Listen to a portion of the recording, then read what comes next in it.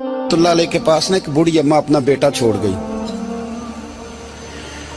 तो हजरत साहब ने को 2, 4, 5 महीने रखा। तो बाद में उसकी अम्मा को बुला के कहा कि भाई तू बेवा है, बेटा तेरा यतीम है, मैं नहीं चाहता कि इसका वक्त ज़ाया हो।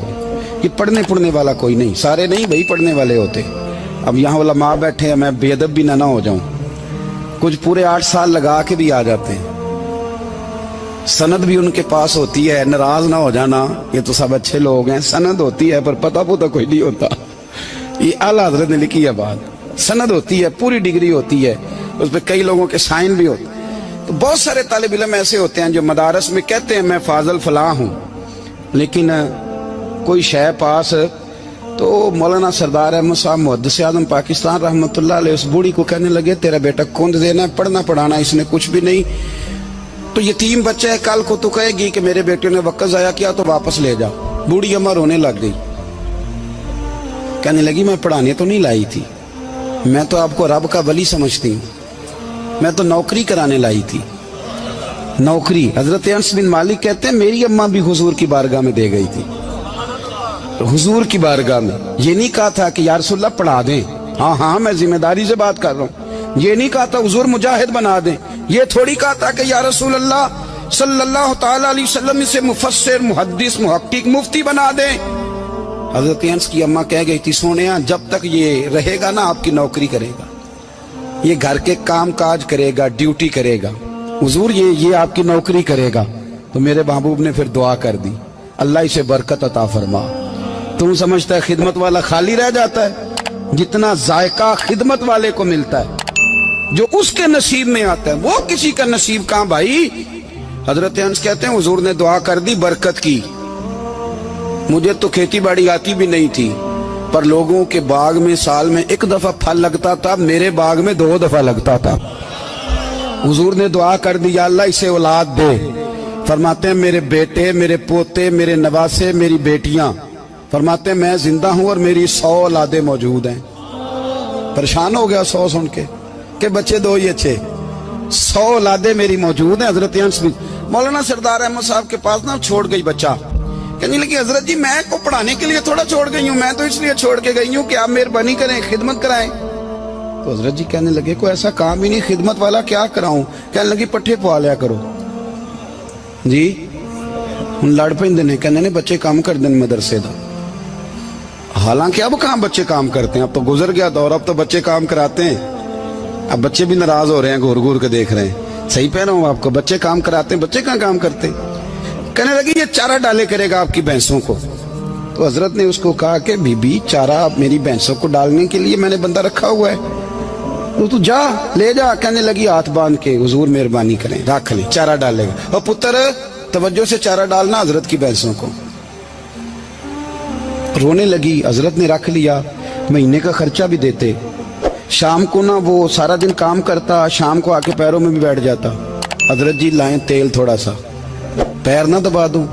8 साल साथ वाले पढ़ते रहे, ये बेचारा नौकरी करता रहा, मेरा रूप भी नहीं ते मेरा रंग भी नहीं, और मैनू यार मनान दा टंग भी नहीं।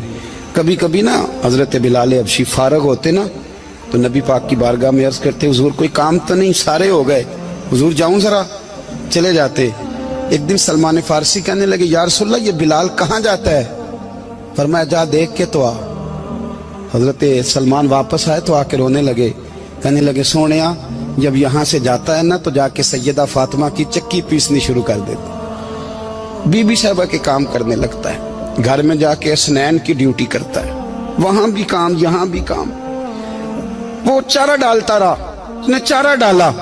हजरत मुहद्दिस आज़म की भैंसों को दस्तारे फजीलत का वक्त आ गया, सारे पगड़ियां सजा के आ गए, आज दस्तार होगी।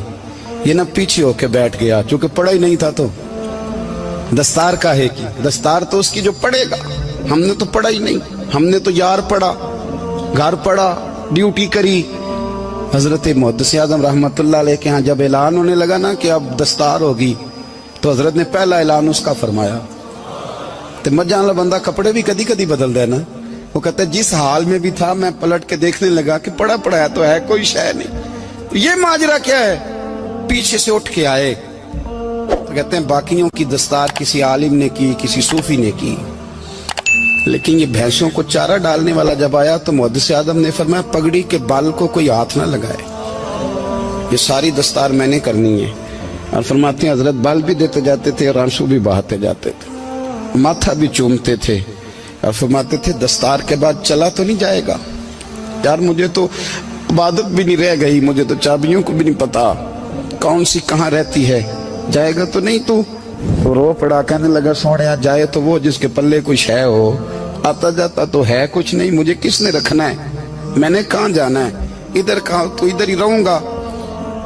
उस तालिब इल्म के सारे उस्ताद भाई कहते हैं उसने दस्तार कराई, पढ़ा पढ़ाया कुछ नहीं, पर जो मसला अड़ जाता था ना, वो जो अड़ जाता था ना, वो जाके उससे पूछते थे तो किताबें खोलने की जरूरत नहीं पड़ती थी।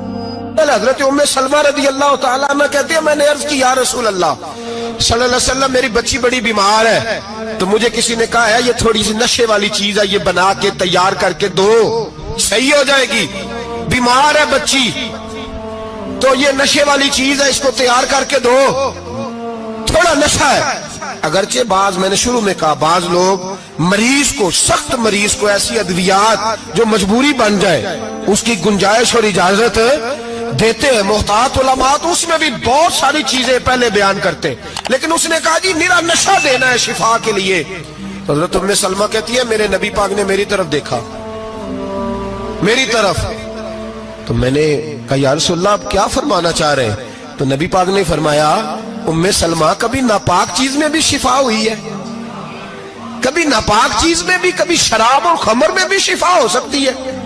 शिफा रब करीम ने रखी है पर शहद के अंदर रखी हुई है, शिफा अल्लाह ने रखी है कुरान मजीद में रखी हुई है, तो इसमें भी कभी ये हुजूर ने बयान किया है कि इसके अंदर शिफा हो सकती, तो उम्मत कितनी दिलेरी करती है जो ये मशवरे देती है कि उसके अंदर नशा है, शराब है, तो खांसी चली जाएगी तो फलानी बीमारी चली जाएगी। ना आओ इन चीजों पे, ना अपने ईमान को खराबी दो और ना ऐसी बातें करो जिससे कि दरख्त रसूलुल्लाह सल्लल्लाहु अलैहि वसल्लम के वाज़ेह इरशादात की मुखालफत हो। मेरे नबी पाक सल्लल्लाहु अलैहि वसल्लम ने फरमाया, और फिर कुछ लोग कहते हैं थोड़ी पी है जी। अब तो मैं तज्जिये में पढ़ रहा था कि ऐसी शराब इजाद हो गई है, लोग शराब पीते हैं और वो मस्त भी रहते हैं, कार भी चलाते रहते हैं, कहते हैं जी नहीं हमारा ज़हन माऊफ नहीं हुआ तो ये वाली सही है, नशा नहीं लाती।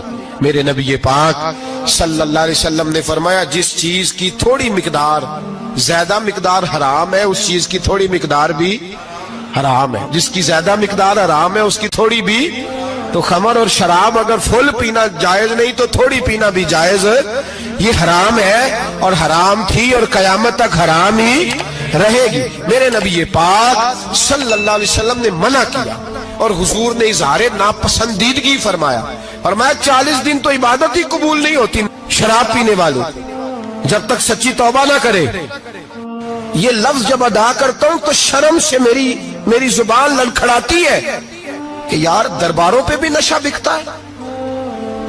मैं ये बात कर रहा हूं सूफिया का तर्जुमान, दरबारों पे, मजारों पे, और सज्जादा नशीनों तुम्हें जमीन निगल जाए, आसमान तुम्हें ले उड़े, तुम पर कहर नाजिल हो, तुमने बाप दफन करके तो वहां नशे का अड्डा बना लिया, माओं से बेटे छीनने लगे हो, औरतों के सरों से कपड़े छीनने लगे हो, सुहाग मारने लगे हो, बेटियां और बेटे यतीम करने लगे हो, नशा बेचते हो दरबारों और मजारों पे, ये तमाशा लग गया। आप कैसे करूं ये बात, पर करनी पड़ रही है, मजबूरी है, ये मजमून मुकम्मल नहीं हो सकता।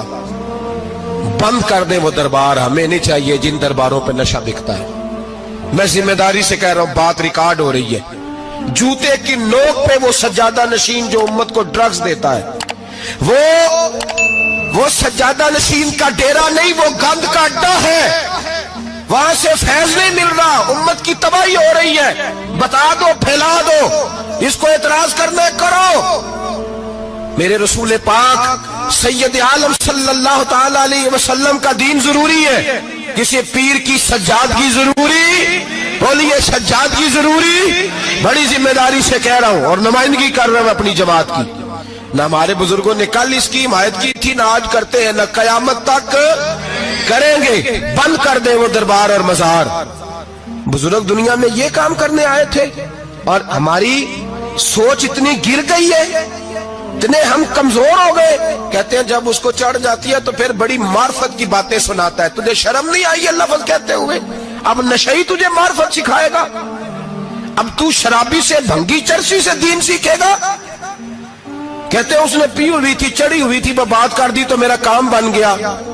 اتنی گندی اور میلی سوچ صاحب ایمان کی ہوتی ہے، تو اب نشیوں سے جا کر دعائیں کرائے گا؟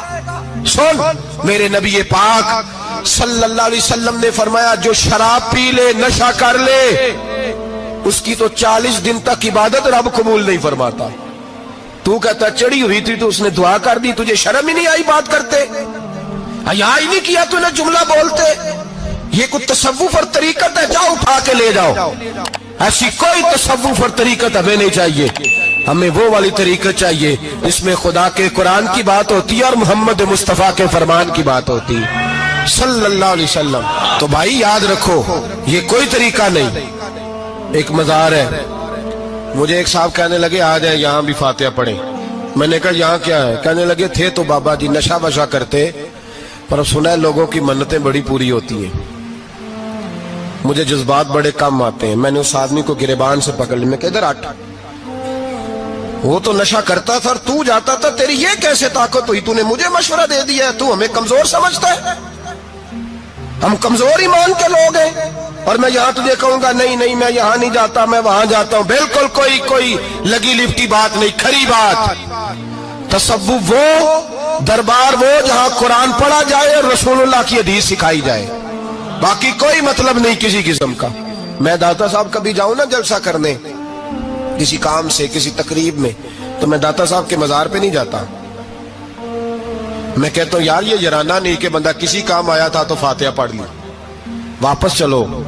گکھڑ سے سپیشل آئیں گے داتا صاحب کے مزار پہ حاضری دیں، اور میرے سنگی گواہ ہیں کہ میں سپیشل ٹائم نکال کے بہت سارے کام چھوڑ کے سپیشل جاتا ہوں، اور میں مراد ماننے نہیں جاتا، میں داتا صاحب کا شکریہ ادا کر دے جاتا ہوں۔